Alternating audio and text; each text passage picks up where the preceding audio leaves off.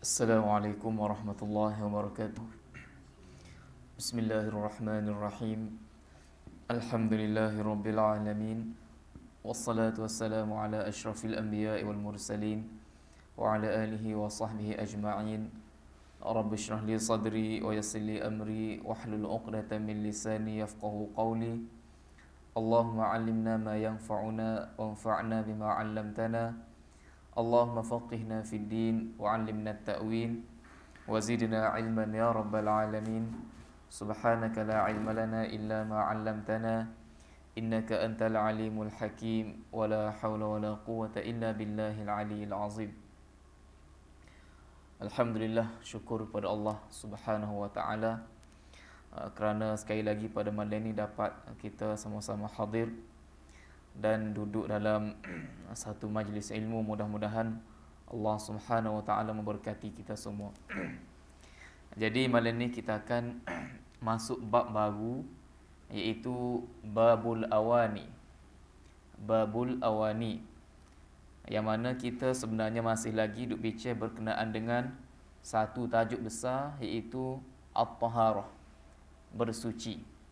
Jadi di bawah tajuk at-taharah ini terdapat beberapa bab. Terdapat beberapa bab. Jadi babul awani ini merupakan bab yang kedua.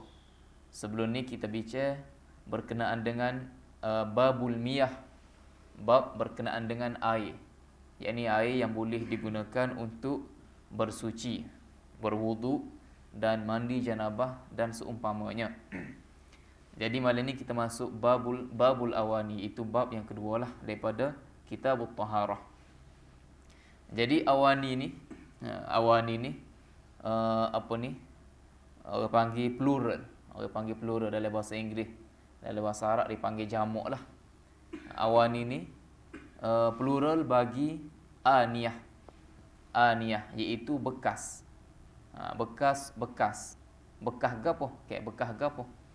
Bekas yang digunakan untuk kita tadah air, sipai air, simpan air untuk digunakan sebagai alat bersuci. Jadi air yang boleh digunakan untuk bersuci harus disimpan di dalam bekas-bekas yang tertentu. Dia tidak boleh disimpan dalam bekas-bekas yang tertentu. Jadi ada bekas yang boleh kita guna untuk sipai air tersebut. Ada bekas yang dilarang kita guna untuk menyimpan air tersebut. Untuk menyimpan air tersebut. Okey, jadi di bawah tajuk babul awani ni, pengarang kitab ni iaitu Al-Hafiz Ibnu Hajar bawakan beberapa hadis. Hadis yang pertama iaitu an Hudzaifah bin al-Yamani radhiyallahu anhuma qala an-nabiy sallallahu alaihi wasallam la tashrabu fi aniyati adh-dhahabi wal fiddah wa la ta'kulu fi sihafiha fa innaha lahum fid dunya wa lakum fil akhirah. Muttafaqun alaih. Daripada Hudzaifah bin al-Yaman radhiyallahu anhu, katanya Nabi sallallahu alaihi wasallam telah bersabda, janganlah kamu minum air di dalam bekas emas dan bekas perak. Janganlah kamu minum air di dalam bekas emas dan bekas perak. Yakni maksudnya menggunakan bekas emas dan bekas perak. Dan jangan makan di dalam mangkuknya. Yakni jangan makan menggunakan mangkuk yang diperbuat daripada emas ataupun yang diperbuat daripada perak. Fa innaha lahum fid dunya wa lakum fil akhirah. Sesungguhnya ia, yakni bekas yang diperbuat daripada emas ataupun perak tadi, untuk mereka di dunia dan untuk kamu di akhirat.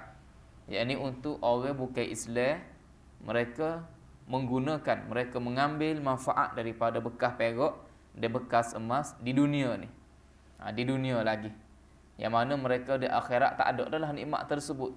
Tetapi kita kena kawal diri dulu sementara, sekat diri dulu sementara di dunia, dan di akhirat barulah kita dapat merasai nikmat menggunakan bekas-bekas tersebut. Itu. Jadi itu hadisnya. Jadi dalam hadis ni Nabi larang minum menggunakan bekas emas dan bekas perak.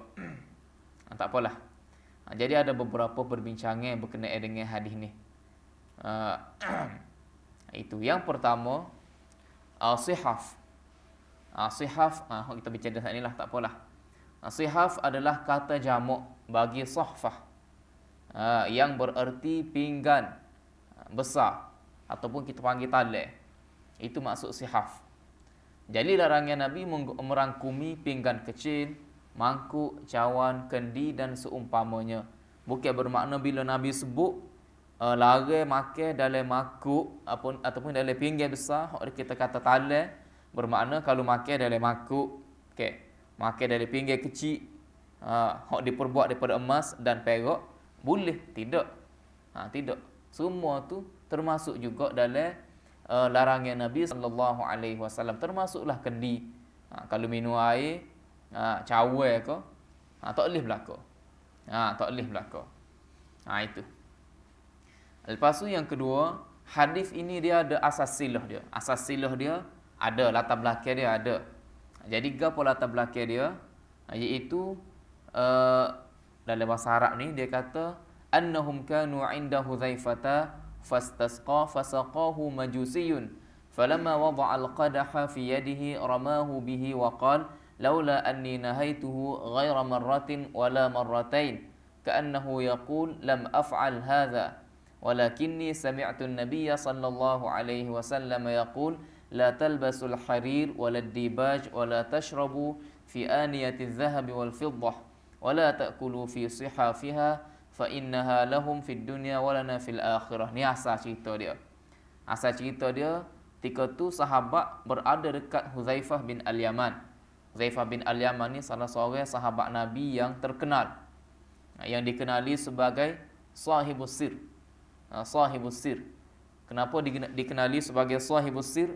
Sebab dia ni orang hok pegang rahsia hok Nabi sallallahu alaihi wasallam bagi tahu kepada dia, iaitu ketika balik daripada peperangan peperangan Uhud. Peperangan Uhud, Nabi telah menceritakan, Nabi telah menyebutkan nama beberapa orang munafik kepada Hudzaifah secara rahsia. Yang mana Nabi tak benarkan dia bagi tahu kepada orang lain. Jadi bila mendapat tahu nama-nama tersebut, Hudzaifah pun sipailah rahsia tersebut. Sipai rahsia tersebut. Dia Hudzaifah ni salah seorang yang besar pengorbanan dia, yang mana dalam peperangan, dalam salah satu peperangan bersama dengan Nabi dan sahabat, ayah dia telah dibunuh. Ayah dia Islam dah ketika tu, cuma telah dibunuh oleh sahabat Nabi disebabkan salah. Salah orang. Ingat kau orang kafir. Rupanya ayah dia Hudzaifah. Jadi sahabat tadi bila salah bunuh tu, Nabi suruh bayar diat. Nabi suruh bayar diat kepada Hudzaifah. Dan bila menerima duit diat tu, diat ni denda lah kayak kita kata, bila terima duit tadi, dia sedekahkan pula kepada untuk umat Islam, untuk kegunaan agama. Itu dia Hudzaifah bin Al-Yaman. Jadi ni cerita dia lah. Ketika tu sahabat ramailah duduk dekat dia. Tiba-tiba dia minta air. Lalu ada seorang majusi. Ada seorang lelaki majusi holo air ke dia. Bagi air lah pada dia. Dan bila mana lelaki tadi letak gelah dekat tangan dia, ramahu. Lalu dia pun lepak gelah tersebut. Dia kata, kalau tidak kerana aku telah melarangnya, bukan sekali, bukan dua kali. Bukan dua kali. Yakni ya sebelum tu dia cerita dah lah. Ya dah. Jangan minum dalam gelas hak diperbuat daripada emas ataupun perak. Tiba-tiba lelaki majusi ni Allah gelas hak diperbuat daripada benda yang sama. Jadi ini ayat, kalau aku tak larang, kalau aku sebelum ni tak pernah larang lagi benda tu, tentu aku tidak akan lepas gelas tu. Tentu aku tak lepas. Apa aku lepas juga? Sebab aku dengar Nabi sallallahu alaihi wasallam kata, janganlah kamu pakai sutera. Wala dibash, dibash ni kain hok diperbuat daripada sutera jugalah.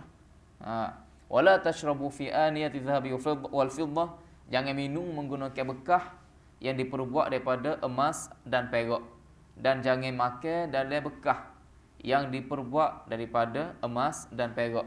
Sebab apa? Sebab ia untuk mereka, yakni orang kafir di dunia, dan untuk kita di akhirat dalam syurga. Itu asal hadis dia.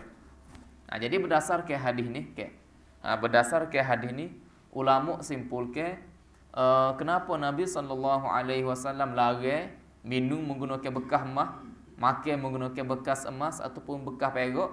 Sebabnya ia menyerupai perbuatan orang bukan Islam, perbuatan orang kafir. Jadi Nabi tak serupa. Tak serupa.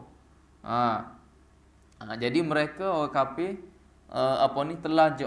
terlalu bermewah dalam kehidupan sehingga gelah hak boleh diperbuat daripada kaca, daripada plastik, daripada besi hak biasa ni. Padahal penggunaan itu terlalu rengkah untuk awak makan je, untuk awak minum je. Jadi nak tunjuk ke kemewahan, jadi mereka buat daripada emas, buat guna perak, nak royak banyak sangat banyak sangat harta. Jadi dah tak tahu nak buat gapo ni, buatlah gelah. Jadi nampaklah kemewahan tu, nampak mewah. Jadi Nabi tak suruh serupa. Tak suruh orang Islam ni serupa lagu tu. Serupa dengan orang orang kafir. Itu hak nyata dalam hadis. Tashabbuh bil kufar Nabi tak suka. Lepas tu Ibnul Qayyim berkata, larangan ini bertujuan. Hak tu hak Nabi sebut dalam hadis. Hak lain lagi ulama sebut larangan ini bertujuan untuk mengelakkan timbulnya di dalam hati perasaan yang dapat menafikan kehambaan seseorang di hadapan Tuhan yang Maha Agung. Menyedari diri sebagai seorang hamba adalah perkara yang tidak wujud dalam kamus hidup orang yang tidak beriman. Oleh kerana itu, ia dilarang untuk hamba-hamba Allah yang beriman dengannya dan hari akhirat. Jadi terlalu bermewah-mewah, terlalu terlalu hebatlah. Terlalu hebat dalam kehidupan boleh menyebabkan seorang itu hilang ataupun tidak berasa dia tu seorang hamba. Dia rasa dia hebat, dia rasa dia megah. Jadi itu akibat dia. Jadi sebab itulah Nabi SAW larang. Jadi Ibnul Qayyim kata selain pada menyerupai orang bukan Islam, satu lagi sebab dia nak suruh biar seorang itu kekal sentiasa sedar bahawa dia tu seorang hamba. Dia tu seorang hamba. Jadi perlulah dielakkan diri daripada hidup dalam keadaan yang terlalu bermewah-mewahan. Untuk makan aja pun tak okeylah guna gelas mah. Sebab pinggan makuk ni tinggal dapur je, tak boleh dalam lemari tak boleh dalam lemari, tak koci serupa perhiasan. Tidak jadi tak okeylah benda hok gitu, hok nak guna untuk makan lagu tu perlu diperbuat daripada emas dan perak. Jadi itu penggunaan yang melampau lah. Itu itu lepas tu ini nombor kita buatlah, sebab atas tu ada lagi beberapa perbincangan, cuma tidak bacalah.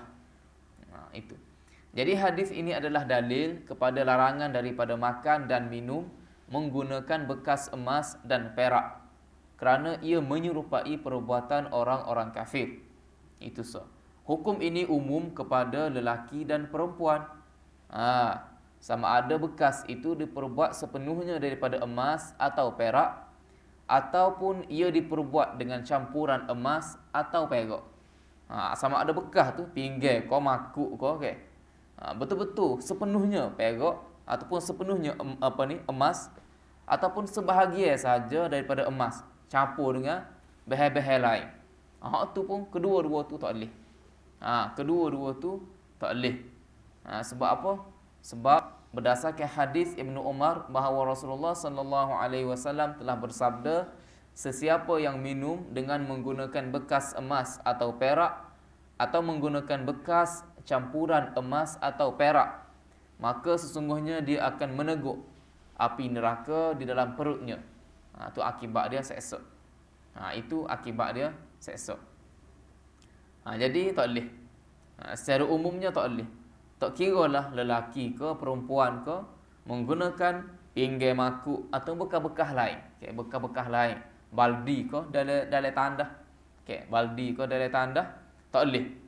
Dia perbuat daripada emas, daripada guna hak biasalah, daripada plastik, daripada besi hak biasa ni, dan lain-lain. Tak perlu guna emas dan perak.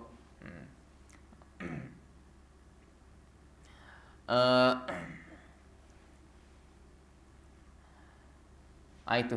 Lepas tu pengharaman menggunakan bekas emas dan perak dikhususkan dengan makan dan minum sahaja sebagaimana jelas daripada zahir hadis.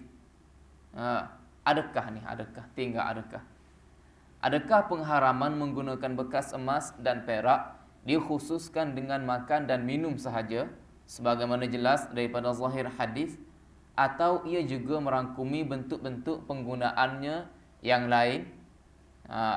Dalam hal ini terdapat perbezaan pendapat di kalangan para ulama. Jadi persoalannya dalam hadis ni Nabi sebut hak diharamkan ialah guna, makan dan minum sahaja. Jadi adakah pengharaman itu terhad kepada dua tu je, ataupun ia umum merangkumi penggunaan-penggunaan yang lain? Merangkumi penggunaan-penggunaan yang lain. Jadi dalam masalah ni terdapat perbezaan pendapat di kalangan para ulama. Jadi jumhur ulama mengatakan haram menggunakan bekas emas dan perak dalam apa sahaja bentuk. Tak kira lah bekas tu digunakan untuk makan ataupun minum, ataupun benda-benda lain, ataupun buat benda lain. Bekas bilik mandi ke, kalau kita tengok orang Yahudi, kalau kita tengok orang Yahudi, dalam filem-filem dia, kalau biasa tengok filem-filem dia, dia punya tap mandi tu pun emas. Dia punya tap mandi tu, dia bekas, dia buhai, dia berendai dalam tu, dia buh sabun emas. Dia perbuat daripada emas. Hak bekas taruh air tu pun, besin besar taruh air tu emas. Emas. Setara tu. Mewahnya dia, mewahnya dia. Jadi mengikut jumhur ulama, pengharaman ini merangkumi semua lah. Bukan kata pinggir makuk saja, gelas saja, tidak. Semua. Semua. Adapun sebagai perhiasan badan, hak ni ada pengecualian. Maka dihalalkan emas dan perak untuk wanita. Tapi untuk perhiasan, untuk wanita dihalalkan emas dan perak.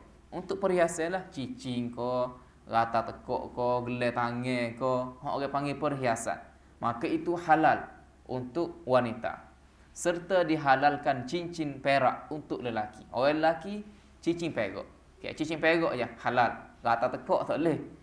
Bangle gelar tangan tu haram. Walaupun perak tak boleh. Hak halalnya cincin perak sahaja untuk lelaki. Cincin emas tak boleh. Jadi hak ni je hak dikecualikan. Hak dikecualikan. Jadi kalau nak je ko je tu bukan perhiasan, bukan perhiasan. Je emas, buat dengan emas.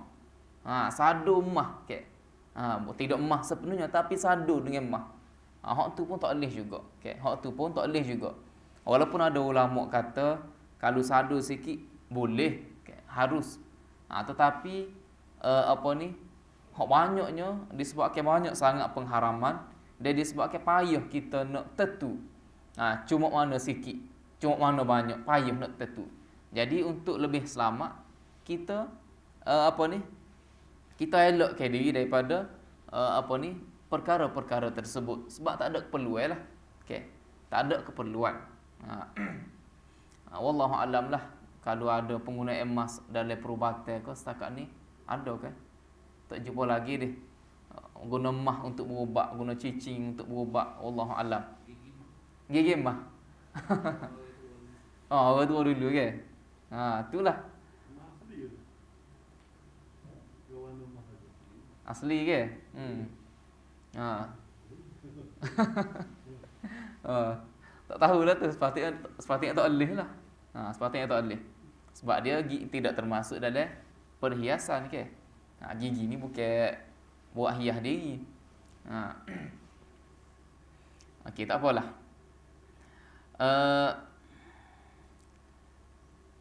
Jadi jumhur ulama kata semua apa saja bentuk penggunaan emas selain perhiasan yang diharuskan untuk wanita dan perhiasan yang diharuskan untuk lelaki, selain pada itu adalah haram.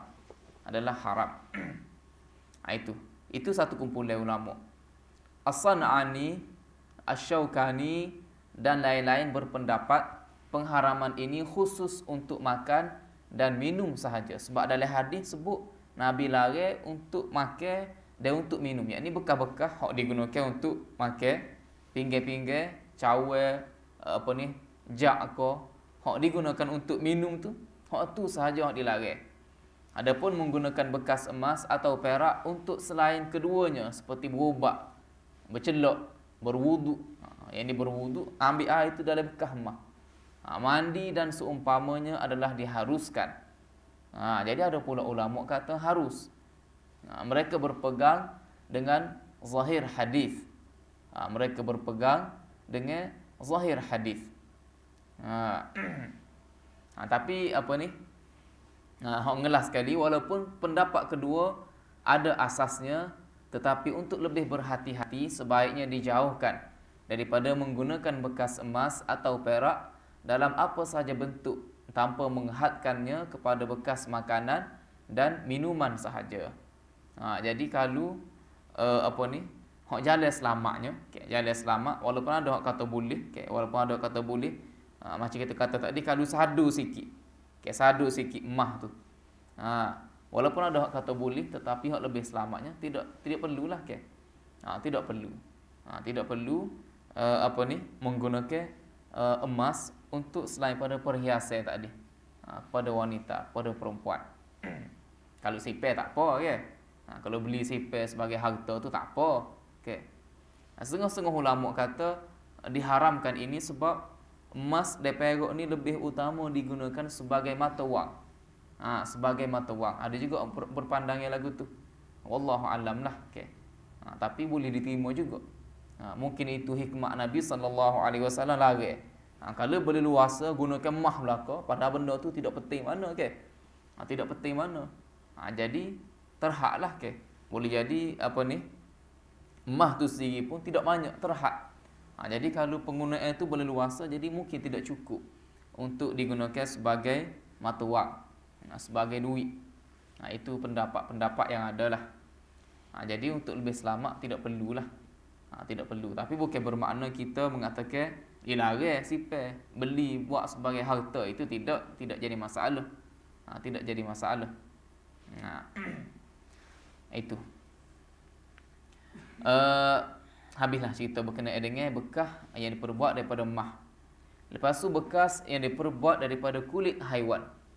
Ni kira-kiranya zaman dululah banyak menggunakan kulit haiwan ni.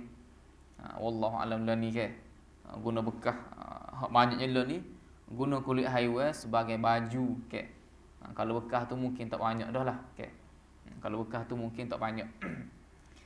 Okey. Jadi An Ibn Abbas radhiyallahu anhuma qala Rasulullah sallallahu alaihi wasallam idza dubigha al-ihabu faqad tahura. Akhrajahu Muslim wa 'inda al-arba'ah ayyuma ihabin dubigha. Lepas tu hadis yang kedua, wa an Salamah bin al-Muhabbiq radhiyallahu anhu qala Rasulullah sallallahu alaihi wasallam dibaru juludil maitati tuhuruha. Lepas tu hadis yang ketiga dalam bab ni ada diwari beberapa hadis lalu.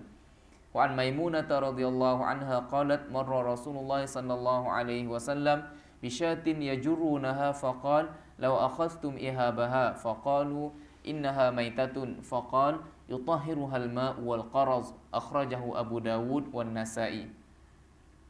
Okey. Jadi hadis yang pertama daripada Ibnu Abbas radhiyallahu anhu, katanya Rasulullah sallallahu alaihi wasallam telah bersabda, apabila kulit disamak maka ia menjadi suci. Ini hadis riwayat Muslim. Dalam Sunan Arba'ah dengan lafaz kulit apapun jika disamak maka ia menjadi suci. Itu hadis yang pertama. Hadis yang kedua daripada Salamah bin Muhabbiq radhiyallahu anhu, katanya Rasulullah sallallahu alaihi wasallam telah bersabda, samuk kulit bangkai adalah cara untuk mensucikannya. Itu yang kedua. Yang ketiga daripada Maimunah radhiyallahu anhu, katanya Rasulullah sallallahu alaihi wasallam telah melintas dekat seekor biri-biri yang diheret oleh orang ramai seraya bersabda, mengapa kamu tidak mengambil kulitnya? Mereka menjawab, sesungguhnya ia adalah bangkai. Lalu baginda bersabda, air dan qaras dapat mensucikannya. Riwayat Abu Daud dan Nasai. Ini beberapa hadis berkenaan dengan kulit. Kulit binatang yang yang disamuk. Yang mana selepas disamuk, bolehlah digunakan kulit tersebut untuk dibuat bekas bekas yang diletakkan dalam tu air. Kalau zaman dulu orang Arab dia kalau kambing seekor tu, dia lapuh, dia eret. Dia tidak belah dia eret seekor gitu. Jadi diikat molek dekat, dicetung molek dekat kaki ni, pak kaki ni. Cetung molek situ, lepas tu dekat tekuk tu dia buat sebagai tempat untuk masuk air. Jadi comel lah dipanggil grabber. Jadi kulit kambing tu dapat digunakan untuk dijadikan bekas air. Bila jemur, bila samuk molek, lepas tu jadi comel lah, tidak tumbuh. Tidak tubik air. Boleh guna sebagai grabber.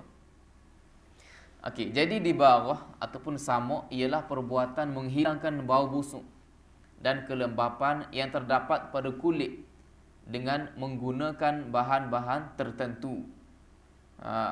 Ihab ialah kulit binatang yang belum disamuk. Apabila disamuk, orang Arab menamakannya shannan atau qirbah. Qirbah. Ihab ni kulit haiwan yang belum disamuk. Tak kira lah kulit lembu ke, kulit kambing ke.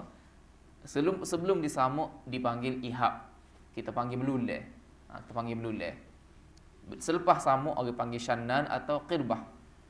Qaras pula sejenis tumbuhan yang berduri. Qaras ni disebutkan dalam hadis, Nabi kata boleh samuk dengan qaras. Qaras dan air dapat mensucikannya. Disebutkannya kerana ia lebih banyak digunakan pada zaman tersebut.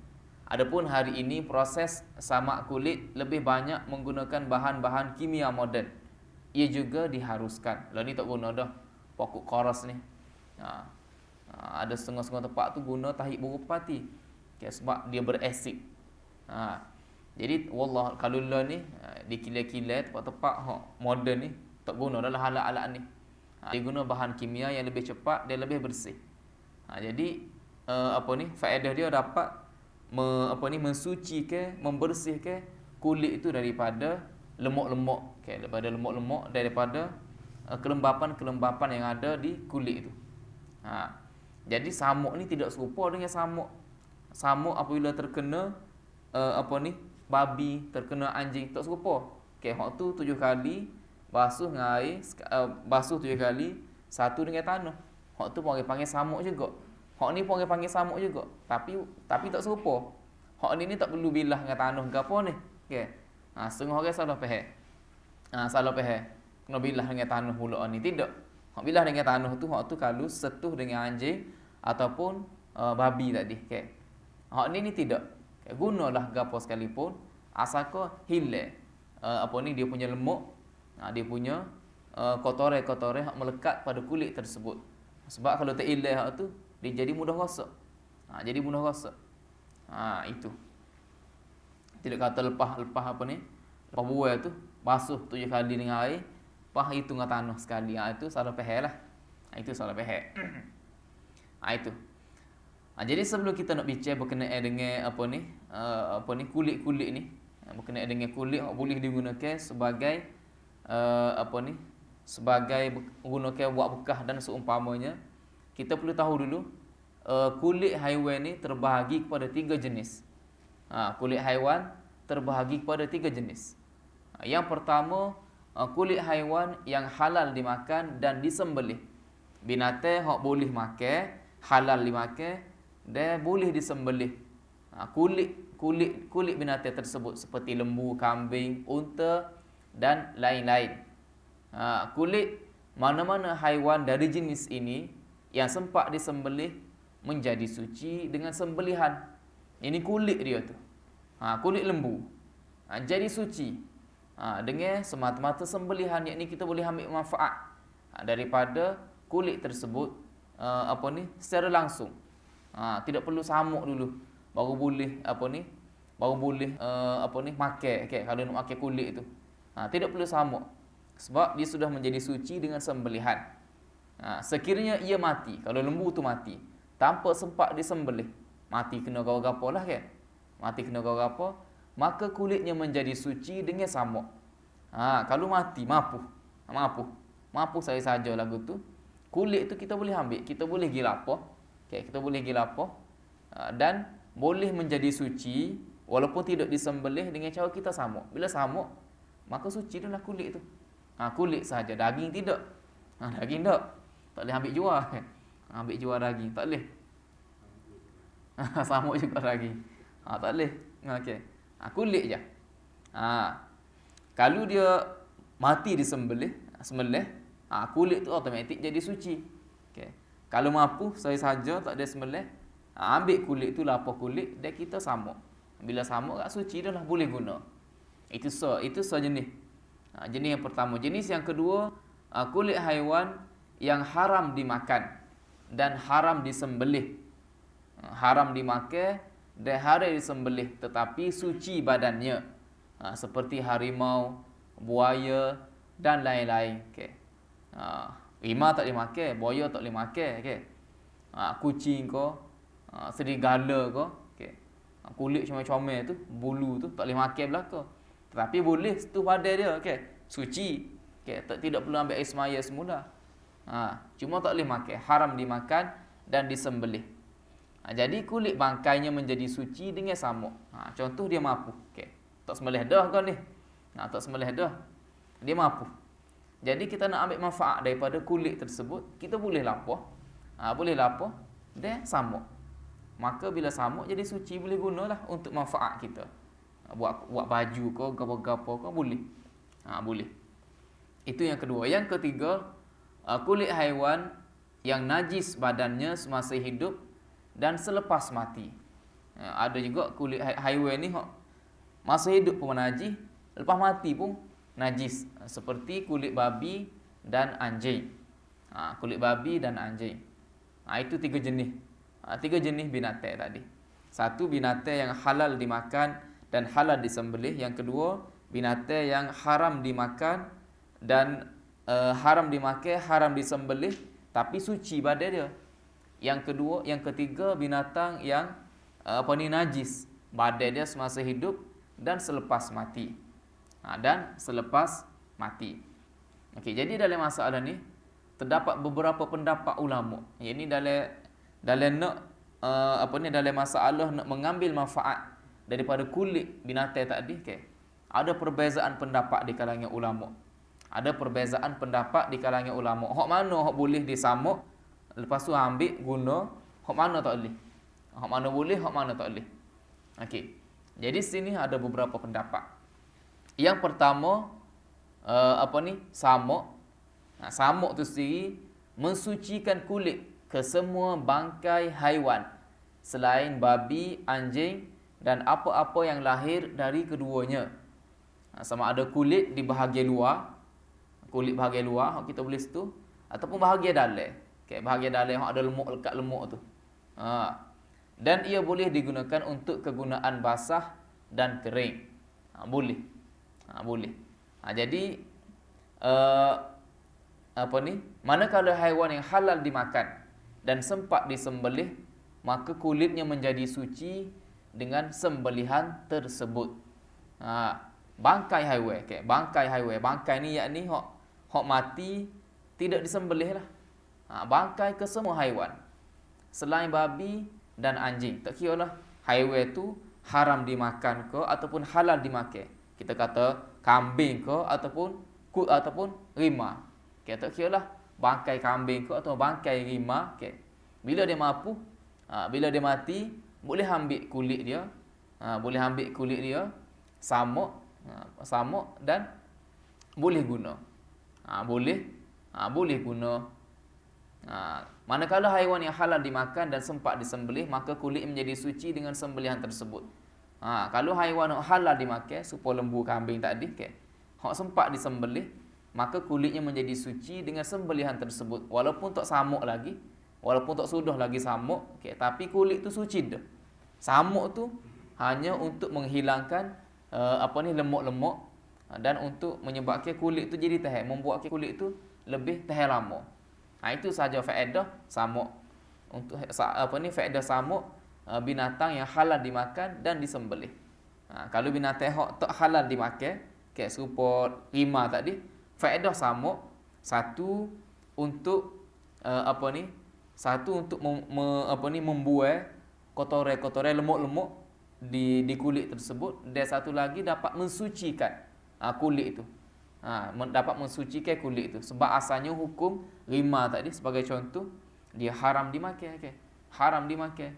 Jadi haram jugalah kulit dia semasa hidup. Cuma selepas mati boleh diambil manfaat dengan cara yang lagu seperti tadi. Jadi ini adalah pendapat mazhab Syafi'i. Ini mazhab Syafi'i, mazhab kita lah. Pegangnya lagu ni. Hak tak boleh ambilnya iaitu kulit anjing dan kulit babi sahaja. Hak lain boleh berlaku. Boleh berlaku. Kalau binatang itu sempat disembelih, automatik jadi suci lah kulit tadi. Kalau mampu tanpa sembelihan, tak kiralah binatang itu halal ataupun haram dimakan dengan cara samuk, maka dia jadi suci. Itu yang pertama. Yang kedua, samuk tidak dapat mensucikan mana-mana kulit haiwan. Ni berlawanan pula. Berlawanan pula. Kalau tadi Imam Syafi'i kata samuk boleh mensucikan ke semua bangkai selain anjing dan babi. Hak ni samuk tidak dapat mensucikan mana-mana kulit haiwan. Mana-mana kulit haiwan. Yakni hak mampu tak boleh lah rimau mampu tak boleh ambil lah manfaat daripada kulit dia, kena kambuh sekali dengan kulit-kulit tu. Hanya binatang yang halal dimakan dan sempat disembelih sahaja yang suci kulitnya. Hak boleh ambil manfaat kulit dia tu ialah binatang yang halal dimakan. Halal dimakan dia mati tu kerana sembelihan lembu tadi. Lembu lepas sembelih, kita sembelih mampu tu kerana sembelihan, maka kulit dia tu bolehlah ambil. Kalau lembu tu mampu tidak kerana sembelihan, melepuh kau kereta kau, tak boleh ambil kulit dia. Tak boleh ambil kulit dia walaupun kita samuk dah. Tak boleh. Sebab tidak suci lah. Ini adalah pendapat Imam Malik dan Imam Ahmad. Imam Syafi'i kata, maknanya pandangan Imam Syafi'i lebih luas. Imam Malik, Imam Ahmad kata hak sucinya hanyalah kulit binatang yang halal dimakan, dan mati kerana sembelihan. Maknanya kulit rimau, kulit gapo, sajalah sajalah. Kulit gapo, kulit boya, tak ada lah beg cap boya tu hak mahal tu tak ada lah sebab tak boleh. Diharamkan. Maknanya bagi dia kalau beg duit kita buat daripada kulit ular sawa ada kalau ada kalau ikut pendapat Imam Malik najis lah najis. Tapi ikut pendapat Imam Syafi'i halal. Ikut pendapat Imam Syafi'i halal sebab dia kata kulit apa sahaja binatang selain babi dan anjing, bila dia mampu akan jadi suci dengan syarat kita samuk. Siap kulit tu siap kulit tu samuk, lepas tu samuk. Biasa juga. Biasa jugalah cek-cek mula buat kerja dengan habis. Adalah ular sawa. Kerja tu. Dia pergi siap kulit. Kita takut-takut juga je pegang lah. Je pegang. Dia buai kulit tu. Lepas tu dia paku di papan. Lepas tu dia tanya orang tak tahulah tubik lah lemuk-lemuk tu. Tubik lemuk tu waktu dia jemur tengah panas. Bila kering molek, dia bagi kepada saing dia tu. Buat ambil duit. Siap ambil duit. Ambil duit sebutir sore okay. Jadi halal kau tidak, najis kau tidak okay. Mungkin ramai tertanya-tanya okay. Boleh kau tidak ni? Apa ni? Kulit ular sawa. Kalau kulit babi, kulit anjing tu cirak dah tak boleh. Hak tu jelas dah okey. Hak tu jelas dah selipar kau gapo tak boleh. Ambil duit kau tak boleh belaka okey. Hak ni hak haiwan selain pada lembu kambing hak halal dimakan ni. Ular kau gapo kau boleh kau tidak? Boleh. Kalau mengikut Imam Syafi'i, tapi kalau ikut Imam Malik tak boleh. Kalau ikut Imam Malik tak boleh. Jadi suci ke tak? Suci. Dengan cara sama tadi walaupun tak sembelih, nak sembelih kan ular sawa kan. Tak sembelih dah ular sawa. Okey. Lepas tu yang ketiga, pendapat yang ketiga, samuk hanya dapat mensucikan kulit bangkai yang halal dimakan. Manakala bangkai yang haram dimakan, maka ia tidak boleh disamuk. Serupa ya hak tiga ni, hak dua ni sama lebih kurang ya. Pendapat yang keempat, samak dapat mensucikan kesemua kulit haiwan, sama ada ia halal atau haram dimakan selain babi. Samak dapat mensucikan kesemua kulit haiwan, sama ada haiwan itu halal ataupun haram dimakan selain babi. Maknanya termasuklah anjing okay? Termasuklah anjing. Ini pendapat Imam Abu Hanifah. Ada beza sikit sebanyak. Lepas tu yang kelima, samak dapat mensucikan kesemua kulit haiwan. Sama ada mana tu? Cuma tak ada sama ada tu. Cuma ia hanya mensucikan bahagian luar kulit. Dan boleh digunakan untuk penggunaan kering sahaja. Samak boleh mensucikan kesemua kulit haiwan. Termasuklah kulit babi, kulit anjing ke. Termasuklah hak tu. Cumanya hak sucinya bahagian luar aja. Bahagian dalam hak berlemuk kita buai lemuk tu, hak tu tidak boleh digunakan.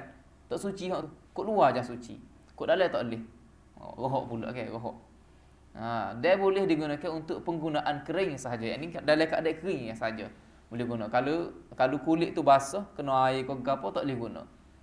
Boleh sembahyang berlapik dengan bahagian luarnya, dan haram berlapik dengan bahagian dalamnya. Musim-musim ni musim-musim Covid ni ke.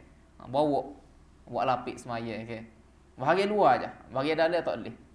Bahagian dalam tak boleh. Rohoklah ni pendapat yang masyhur daripada Imam Malik.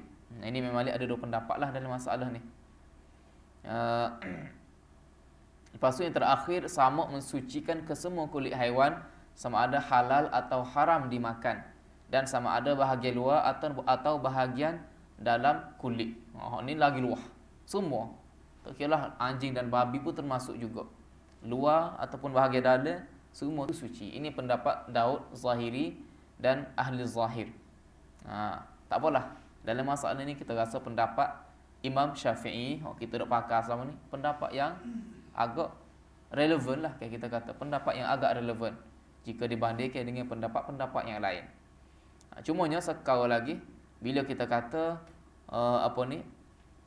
boleh guna kulit haiwan, boleh ambil manfaat, bukan bermakna kita boleh pergi buru kan. Binatang-binatang hak hak nak pupuh ni kan. Gi bedil ke, binatang-binatang hak dijaga dalam hutan tu ke, semata-mata nak dapat ke kulit. Bukan bermakna boleh ke. Tidak. Hak ni hak sebut ni kalau binatang tu mati. Okay. Kalau binatang tu mati.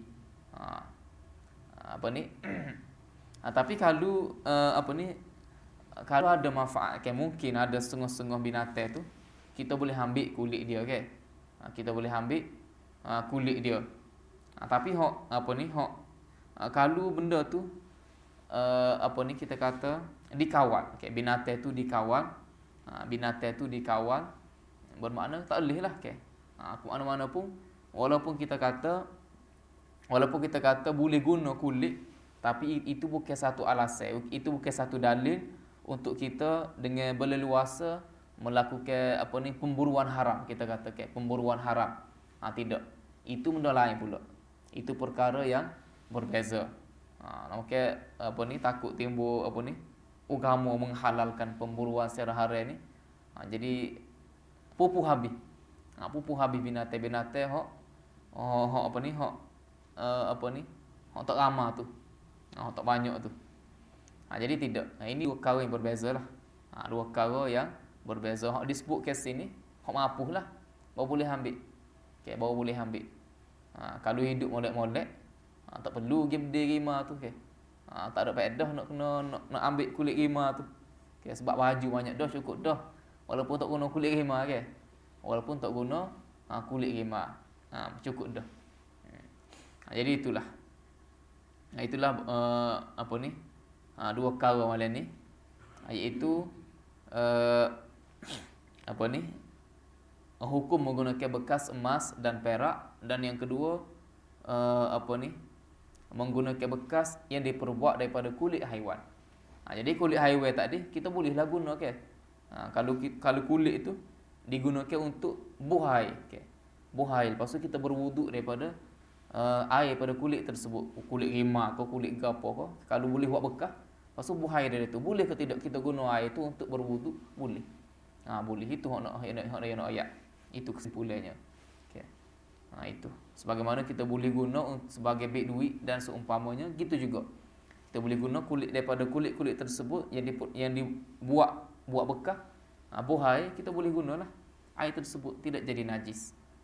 Walaupun asalnya kulit rimah tu asalnya haram dimakan tapi kulit dia selepas dia mati sudah menjadi suci dengan sebab kita samuk tadi. Jadi kalau buhai dia itu, contoh kulit rimah tu buat bekas tak lagu mana ada kedok buat kalau ada lah kalau ada, mana air itu suci. Boleh guna untuk berwuduk, boleh guna untuk mandi janabah dan seumpamanya. Sampai situlah dulu malam ni, insya-Allah. Selepas ni kita sambung pula bab berkenaan dengan menggunakan bekas. Hukum makan menggunakan bekas ahlul kitab. Siapa ahlul kitab ni?